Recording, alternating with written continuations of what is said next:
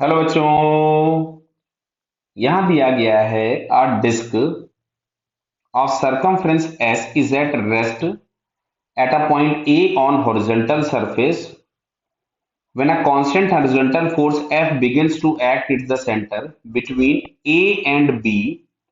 The friction is sufficient to prevent the slipping and surface is smooth right of the B. अच्छा, A B is equal to S है जो कि उसका circumference दिया है। The disc moves from A to B in time T to the right of B. तो B के right में हम लोगों से कहानी पूछी गई। तो चलिए साहब, यहाँ पे हम लोग पहले एक छोटा सा डायग्राम बनाते हैं।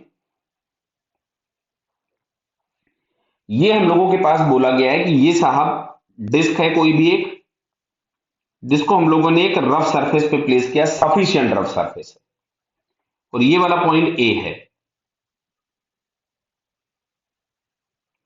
यहाँ ए से लेके बी तक में फ्रिक्शन सफिशिएंट है और ए से बी डिस्टेंस है एस जो कि उसके सरकमफ्रेंस के बराबर है, और यहां पे स्मूथ हो गया। तो अब यहां कहीं पे अगर बोला गया है सेंटर पे फोर्स लगाए, कहां लगाया गया है देखते हैं जरा। लिखा हॉरिजॉन्टल फोर्स डिस्क की circumference S a horizontal force of constant force begins to act it centre. Clear है। तो यहाँ पे सेंटर पे हम लोगों ने फोर्स एफ लगाया हुआ है। mg यहां से नीचे एक्ट हो रहा है, नॉर्मल रिएक्शन ऊपर एक्ट हो रहा है। हम लोगों ने फ्रिक्शन को पीछे एज्यूम कर लिया। सॉल्व करने के बाद यदि फ्रिक्शन प्लस आया तो पीछे ही लग रहा होगा, और सॉल्व करने के बाद माइनस आया तो फ्रिक्शन आगे लगेगा। हालांकि अभी यहीं पे मैं एक क्वेश्चन और था उसमें सॉल्व करके बता चुका हूं एक फैक्टर। यहाँ पे एम आर इंटू आर, अगर ये मोमेंट ऑफ इनर्शिया से बड़ा होता है तो फ्रिक्शनल फोर्स, जहां पे आर होगा फोर्स का point of application from the centre. Clear है। तो अगर ये बड़ा होगा मोमेंट ऑफ इनर्शिया से तो फ्रिक्शन लगता है फोर्स की डायरेक्शन में।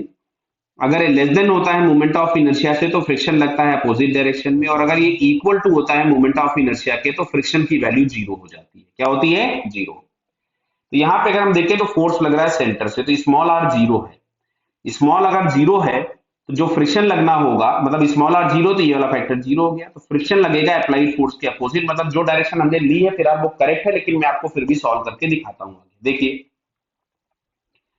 यहां से इक्वेशन के नाम पे हम लोगों ने लिखा तो F minus F S is equals to M A. ये आ गया फर्स्ट इक्वेशन। सेंटर के अबाउट टॉर्क देखेंगे तो mg का, नॉर्मल का, f का, सबका टॉर्क जीरो हो गया। टॉर्क केवल मिलेगा फ्रिक्शन का। तो यहां से हमने सेकंड इक्वेशन लिखा एफ एस इंटू आर बराबर आई इंटू अल्फा। आई था M R square by two, pure rolling हो रही है ए से बी तो अल्फा बराबर ए बाई आर। तो F S is equals to आ गया एम ए बाई टू। यहाँ पे हम लोगों ने इसको पुट कर दिया, M A by two is equals to M into A. तो three M A by two बराबर एफ, तो ए इज इक्वल्स टू मिलेगा two F upon three M. और यहां पे अगर मैं ए की वैल्यू पुट कर दूं तो M by two into A and this is two F upon three M. तो यहां सॉल्व करके हम लोगों को जो एफ आ रहा है that is F by three, और ये प्लस आया। प्लस आया मतलब फ्रिक्शन का जो डायरेक्शन हमने प्रेडिक्ट किया था वो सही है। जरा ऑप्शन पढ़ते हैं हम लोग। बराबर है। अच्छा, ए आ गया तो इसमें एंगुलर एक्सेलरेशन का भी काम है, निकालते हैं। इसमें लिखा है angular acceleration of the disc will disappear and the linear acceleration remains unchanged after B बोला है। क्लियर है। राइट ऑफ द बी, गलत बात है भाई ये। क्यों? जैसे ये बी के बाद जाएगा तो बी के बाद जाएगा तो इन्होंने बोला हुआ एंगुलर एक्सेलरेशन डिसअपीयर हो जाएगा, वो बात तो सही है क्योंकि टॉर्क देने वाला फोर्स खत्म हो गया। यहाँ पे एफ लगेगा, नीचे mg होगा, और ऊपर की तरफ में नॉर्मल लग रहा होगा। क्लियर। तो एंगुलर एक्सेलरेशन तो डिसअपीयर हो गया, लेकिन लीनियर एक्सेलरेशन अनचेंज लिख दिया, ये गलत हो गया। क्यों? यहाँ पे फोर्सेस चेंज हो रहे हैं तो लीनियर एक्सेलरेशन तो चेंज होगा। Linear acceleration of disc will increases, बिल्कुल सही बात है। क्यों? क्योंकि जो यहाँ बैकवर्ड डायरेक्शन में फ्रिक्शन लग रहा था वो गायब हो जाएगा, तो लीनियर एक्सेलरेशन तो इंक्रीज हो जाएगा। सेकंड ऑप्शन करेक्ट हो गया। The disc will make one rotation in time T by two. अच्छा, बी के बाद। तो पहले अगर हम देखें तो यहाँ पे एंगुलर एक्सेलरेशन की अगर हम लोग बात करें अल्फा की, तो अल्फा इज इक्वल टू लिखोगे ए बाई आर, मतलब two F upon three M R. Clear है। इनिशियल एंगुलर वेलोसिटी जीरो दी थी। क्लियर है भाई। तो इसको एक रोटेशन कंप्लीट करना है तो two pi, theta is equal to omega T plus half alpha T square. उसने बोला है पहले वो टी टाइम में पूरा एक रोटेशन कंप्लीट करता है, ए से बी एस है। एक रोटेशन कैसे पता चला? ए से बी का डिस्टेंस एस है, तो जब अपने सरकमफ्रेंस के बराबर आगे जाएगा तो वो एक रोटेशन ही कंप्लीट करेगा।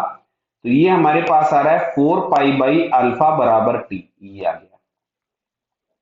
अच्छा, इसके बाद जो इसका ओमेगा हो जाएगा वो omega naught plus alpha T, यानी जब तक ये बी पे पहुंचेगा तब तक इतनी एंगुलर वेलोसिटी इसमें आ चुकी होगी, और यहाँ पे टी की जगह हम कैपिटल टी पुट करें क्योंकि हमसे बोला गया था वन रोटेशन। अच्छा, बी के बाद, तो बी के बाद एक रोटेशन घूमना है, मतलब 2 पाई बराबर लिखोगे सिंपल ओमेगा टी, क्योंकि अल्फा की वैल्यू 0 हो चुकी है, तो 2 पाई और ओमेगा बराबर हमारे पास था alpha T into alpha T, T की जगह था कैपिटल टी। ध्यान देना बेटा, इसमें हो सकता है कुछ मैनिपुलेशन आपको करने पड़े, और यहाँ पे जो टाइम लग रहा है वो अब टी है, तो यहां से ये आ जाएगा आपके पास 2 पाई बाई इंटू टी। तो अब इसमें हम टी और टी में रिलेशन कैसे निकालेंगे? तो देखो यहां से, जैसे ये 2 पाई दिया था, 2 पाई बराबर दिया था alpha T square by to, हम इसको ऊपर यहां प्लेस कर देते हैं, तो 1/अल्फा टी तो इधर हो गया, 2 पाई की जगह आ जाएगा alpha T square by to, तो देखो बन गया यहां से, ये आ गया आपके पास t/2। तो जो अभी जो एक सर्कल कंप्लीट करना है बी के बाद, उसमें टाइम लग रहा है t/2। तो जरा ऑप्शन पढ़ते हैं। ऑप्शन में लिखा हुआ the disc will make one rotation in time t/2, तो ये वाला ऑप्शन भी करेक्ट हो गया। अब बात आती है फोर्थ ऑप्शन की, तो फोर्थ ऑप्शन में लिखा है disc will cover a distance greater than S further in time t। बिल्कुल करेगी, क्यों भाई? अगर एक्सेलरेशन बढ़ गया, एक्सेलरेशन सेंटर का बढ़ गया है, तो अगले सेम टाइम में वो ज्यादा डिस्टेंस ट्रेवल करेगी। इवन ए से बी तक आते आते इसके सेंटर के पास एक वेलोसिटी भी आ चुकी है, तो ज्यादा डिस्टेंस कवर करेगी, तो फोर्थ ऑप्शन भी करेक्ट हो गया। तो यहां से अगर हम देखेंगे तो second, third and fourth, these three options are correct. Clear बेटा? Okay, all the best.